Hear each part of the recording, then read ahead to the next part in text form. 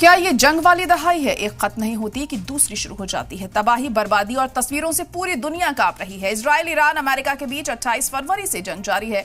39 दिनों की इस जंग में रह रहकर छोटे छोटे हमले किए जा रहे हैं। कभी ईरान तो कभी अमेरिका तो कभी इजराइल। कभी भी ये हमले खौफनाक जंग की शक्ल इख्तियार कर सकते हैं।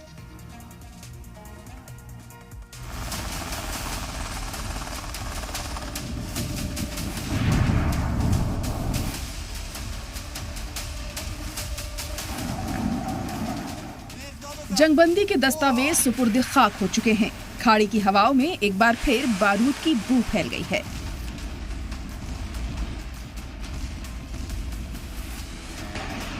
आसमान में मंडराते one way attack drones, Kuwait और बहरीन पर गिरती बैलिस्टिक मिसाइलें, ईरान के रडार स्टेशनों पर अमेरिकी बमबारी। ये सबूत है अजीम जंग का पार्ट 2 शुरू हो चुका है। अमेरिकी सेंट्रल कमांड ने ऑफिशियल बयान जारी कर दावा किया है कि उनकी फौज ने हॉर्मुज में ईरान के 2 वन वे अटैक ड्रोन को इंटरसेप्ट कर हवा में ही तबाह कर दिया। अमेरिका ने दावा किया है कि दोनों ईरानी ड्रोन स्ट्रैटेजिकली बेहद सेंसिटिव और इंटरनेशनल मैरीटाइम रूट से गुजर रहे कमर्शियल जहाजों के लिए सीधा और बड़ा खतरा बन चुके थे। किसी न किसी तरीके से ये खत्म हो चुका है। ये या तो कागज के टुकड़ों के साथ खत्म हो गया या फिर किसी कठिन तरीके से। हालांकि आप कह सकते हैं कि कहीं अधिक आसान तरीके से जंग खत्म हो चुकी है। ट्रंप आग बबूला है और हॉर्मुज के पास पेट्रोलिंग कर रहे अमेरिकी अपाचे हेलीकॉप्टर को ईरान ने मार गिराया। हालांकि अमेरिकी हमलों के बाद ईरान ने दावा किया है कि अमेरिका झूठ बोलकर ईरान पर हमले कर रहा है। ईरान ने अपाचे हेलीकॉप्टर को निशाना नहीं बनाया। यूएस के हमलों के बाद से ही ईरान अमेरिका को करारा जवाब देने में जुटा है। ईरान के वजारत खारजा ने सोशल मीडिया प्लेटफॉर्म एक्स पर ऑफिशियल बयान जारी कर सीधे अमेरिका को कटघरे में खड़ा किया है। ईरान का कहना है कि अमेरिका तनाव कम करने के खोखले वादे कर रहा है, जबकि सच्चाई ये है कि वो अपनी सैन्य हरकतों से पूरे मिडिल ईस्ट की सिक्योरिटी को दांव पर लगा रहा है। ईरान का इल्जाम है कि अमेरिकी फौज ने एक एक करके ईरान के बंदर अब्बास, जास्क, सिरिक द्वीप और केशन द्वीपों पर जवाबी हमलों में बमों की बारिश कर दी। ईरान ने इसे 60 दिनों के सीज फायर की साफ खिलाफ वर्जी करार दिया है। ईरान ने 2 टूक चेतावनी दी है कि अमेरिकी हमलों के बाद क्षेत्र में जो भी खतरनाक हालात पैदा होंगे और जो भी नतीजे निकलेंगे, उसकी पूरी और इकलौती जिम्मेदारी सिर्फ और सिर्फ अमेरिका की ही होगी।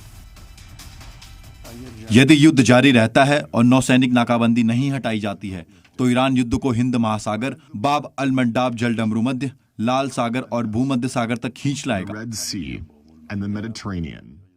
और हम इन अमेरिकी ठिकानों पर हमला करके युद्ध को एक नया आयाम देंगे। अमेरिका को निश्चित रूप से अधिक नुकसान उठाना पड़ेगा। अमेरिका को होने वाला नुकसान बहुत भारी होगा। असल में ईरान अमेरिका के बीच तनाव की बिसात 2 दिन पहले ही बिछ गई थी। अमेरिकी सेंट्रल कमांड के मुताबिक ईरान ने एक दिन पहले रात को कुवैत और बहरीन की तरफ एक के बाद एक 7 खतरनाक बैलिस्टिक मिसाइलें और कई ड्रोन दागे। इनमें से 6 मिसाइलों को अमेरिकी एयर डिफेंस सिस्टम ने हवा में ही तबाह कर दिया, जबकि 7वीं मिसाइल अपने टारगेट तक नहीं पहुंच पाई। इसके तुरंत बाद कुवैत और बहरीन ने भी ईरान के मिसाइल और ड्रोन हमलों को रोकने की तस्दीक की। कहानी यहीं खत्म नहीं होती। ईरान के इस्लामिक रेवोल्यूशन गार्ड कॉर्प्स ने इस हमले की जिम्मेदारी लेते हुए दावा किया कि कुवैत के अली अल सलेम एयरबेस और बहरीन में मौजूद अमेरिकी 5th फ्लीट हेडक्वार्टर पर ये स्ट्राइक केशम द्वीप पर उनके कम्युनिकेशन टावर पर हुए अमेरिकी हमले का सीधा बदला था। जब बंदूक की नली से आग निकल रही हो तो डिप्लोमेसी के लफ्ज बेअसर हो जाते हैं, लेकिन पाकिस्तान के होम मिनिस्टर मोहसिन नकवी लगे हुए हैं। इस वक्त तेहरान में मौजूद हैं।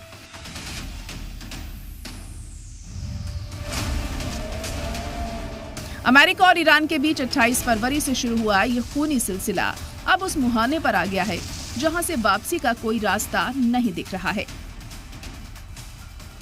दुनिया कांप रही है कि ईरान, अमेरिका, इजराइल के बीच तनाव किसी भी वक्त भयंकर तबाहकुन जंग में तब्दील हो सकता है। 39 दिनों के ईरान इजराइल अमेरिका जंग ने पहले से ही दुनिया में तेल गैस का संकट पैदा कर दिया है और जंग नए सिरे से छिड़ी तो क्या होगा? एक्सपर्ट इसके आकलन में जुटे हैं। ब्यूरो रिपोर्ट, सलाम टीवी।